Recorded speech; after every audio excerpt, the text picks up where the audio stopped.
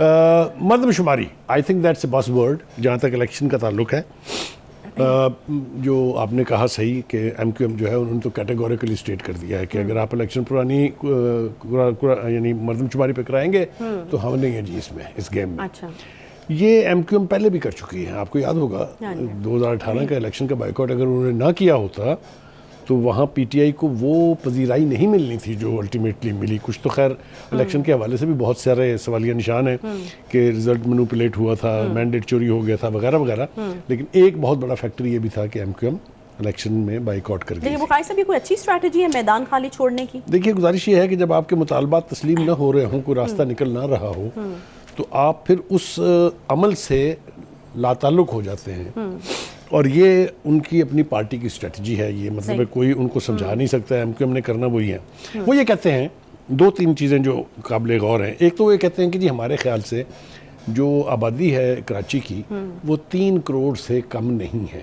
اچھا, آپ اس کو 1.5-2 کروڑ اگر دکھائیں گے تو اعتراض تو وہ کریں گے. ان کے جو یعنی مصطفیٰ کمال صاحب ہیں وہ یہ کہتے ہیں کہ جو مردم شماری کی گئی ہے اس میں بھی 56 لاکھ ووٹ تو ہم نے گنوائے ہیں ان کو, کہ یہ آپ نے نہیں گنے تھے جو یہ ووٹ ہیں.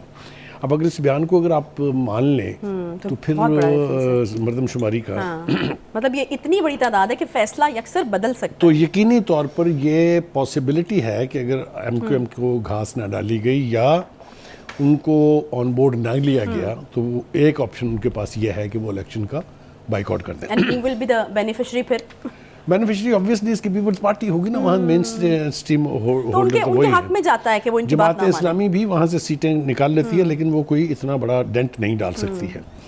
دوسری بات یہ کہ ایم کیو ایم کی یہ جو آرگومنٹ ہے اس کو اسٹرینتھن کیا ہے رانا ثناء اللہ نے.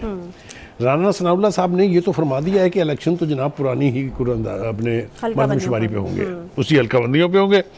اور وہ کہتے ہیں کہ اس لیے کہ اگر ہم یہ مطالبہ مان لیتے ہیں تو پھر بہت ساری کمپلیکیشنز پیدا ہو جائیں گی, اس لیے کہ نئی مردم شماری کے اوپر بھی بہت سارے لوگوں کے ریزرویشنز ہیں. پھر حلقہ بندیوں کے لیے ٹائم چاہیے ہوتا ہے, 6 مہینے چاہیے اس کے لیے الیکشن کمیشن کے مطابق. اور وہ کہتے ہیں کہ یہی وجہ تھی کہ ہم نے نوٹیفائی نہیں کیا اس کو, جو سینسز ہو گیا ہے اس کی آفیشیل نوٹیفائی نہیں ہوا وہ. اور ان کا خیال یہ ہے کہ اگر ہم نئی مردم شماری پر الیکشن کرانے کی بات کریں گے تو اور زیادہ تنازعات کھڑے ہوں گے اور اس سے الیکشن لیٹ ہونے کا احتمال ہے. یہ ان کا آرگومنٹ ہے. نہیں بخاری صاحب دیکھیں کچھ سچویشنز کے اندر دیکھیں پارٹیوں کا اپنا اپنا موقف تو ہوتا ہے, لیکن کچھ ایک اصولی سٹانس بھی ہوتا ہے. جس آپ مجھے بتائیے کہ یہ نئی حلقہ بندیوں کے مطابق الیکشن ہونے چاہیے یا نہیں ہونے چاہیے؟ اصولی طور پر تو سینسز ہوتا ہی اس لیے ہے کہ وہ لوگ جو 18 سال کی عمر کراس کر گئے ہیں ان کا رجسٹر ہونا ایز اے ووٹر لازمی ہے. اب دیکھیں پچھلی مردم شماری بھی ہم نے 12 سال لیٹ کرائی تھی, اور اس کے بعد یہ بھی لیٹ ہو جائے گی, تو کتنے ووٹر جو ہیں وہ رجسٹر ہونے سے رہ جائیں گے. اب دیکھیے اب مردم شماری تو ہو گئی ہوئی ہے, اس کے اوپر ریزرویشنز ہیں ایم کیو ایم کی, اس کے اوپر ریزرویشن پیپلز پارٹی کی بھی ہے.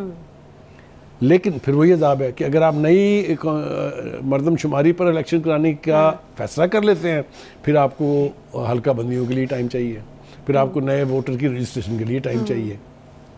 مگر اس کے ساتھ ساتھ پیپلز پارٹی کے جو اپنے قمر زمان قاہرہ صاحب ہیں انہوں نے بھی یہ فرمایا ہے کہ الیکشن کمیشن نے پرانی مردم شماری کے اوپر کام شروع کر دیا ہے. میننگ دیر بائی کہ الیکشن کمیشن جس نے حلقہ بندیاں کرنی ہوتی ہیں, جس نے ووٹرز لسٹ جاری کرنی ہوتی ہے, وہ تو پرانی ہی مردم شماری کو لے کے بیٹھا ہوا ہے. دیٹ مینس کہ آل انڈیکیٹرز آر, انٹیریئر منسٹر کا آپ نے سن لیا ہے, جو سیکنڈ میجر سٹیک ہولڈر ہے اس کے بھی اسپوکس پرسن ہے قمر زمان قاہرہ صاحب, وہ بھی آپ نے سن لیا ہے.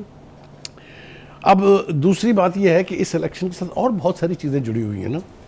مثال کے طور پہ یہ جڑا ہوا ہے کہ انٹرم گورنمنٹ جو ہے اس کے اوپر کنسنسس ہے یا نہیں ہے. پہلی کوشش کی گئی دبئی کی جو ملاقات تھی اس میں کہ جو نگران سیٹ اپ ہے اس کے اوپر کوئی بیسک انڈرسٹینڈنگ ہو جائے. ٹھیک ہے, لیکن کوئی نتیجہ سامنے نہیں آیا, کوئی نام سامنے نہیں آئے. نام بے پناہ گردش کر رہے ہیں جو انٹرم پرائم منسٹر ہوں گے, لیکن آج جو مشاورت کا عمل شروع کیا ہے وزیر اعظم صاحب نے, اور اس کے نتیجے میں جو پریس یا میڈیا کی طرف سے ہمارے سامنے آیا ہے وہ یہ ہے کہ دو باتیں بالکل انہوں نے طے کر دی ہیں. ایک تو یہ کہ انہوں نے کہا کہ ہم الیکشن الائنس نہیں کرنے جا رہے کسی سے, ٹھیک ہے, ہمارا کسی سے انتخابی اتحاد نہیں ہوگا. پھر انہوں نے کہا کہ اچھا جی ہم کچھ سیٹ ایڈجسٹمنٹس کر سکتے ہیں, لیکن اس کا بھی حتمی فیصلہ جو ہے وہ نواز شریف صاحب کریں گے. صحیح ہے. اب رہ گیا سوال یہ کہ سیٹ ایڈجسٹمنٹ وہ کس سے کریں گے, تو اس کے بھی اندیا بھی ہے, اس میں اشارے بھی موجود ہیں. کدھر کس سے ہوگا, کیونکہ obviously وہ یہ کہتے ہیں جی کہ کے پی کے میں اچھا تو ہمارے پاس سوائے مولانا فضل الرحمان صاحب کی جے یو آئی کے علاوہ کوئی آپشن نہیں ہے. اچھا, پی ٹی آئی پارلیمنٹیرینز میرا خیال ہے انہوں نے بالکل کیٹیگوریکلی اسٹیٹ کر دیا کہ ان سے ہم کریں گے.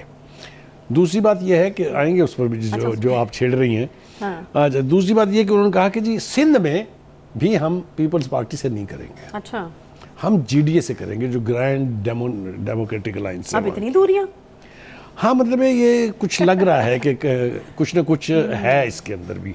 اس لیے کہ پہلا خیال یہ تھا کہ پیپلز پارٹی کے ساتھ سیٹ ایڈجسٹمنٹ ہوگی پنجاب میں, اور آپ کو یاد ہوگا زرداری صاحب نے 5 نام بھی دے دیے تھے کہ ان کے خلاف تو آپ کینڈیڈیٹ بھی کھڑا نہیں کریں گے. تو لگ رہا ہے کہ یہ بات اس سے ذرا تھوڑی سی کھسک رہی ہے. دوسری بات جو اس حوالے سے ہمیں کرنی چاہیے وہ یہ ہے کہ یہ جو نئی مردم شماری ہوئی ہے اس میں پنجاب کی 6 سیٹیں جو ہیں وہ بلوچستان کو مل رہی ہیں. اچھا, یہ تو لہٰذا مسلم لیگ کے لیے یہ بہت بڑی کنسیڈریشن ہے.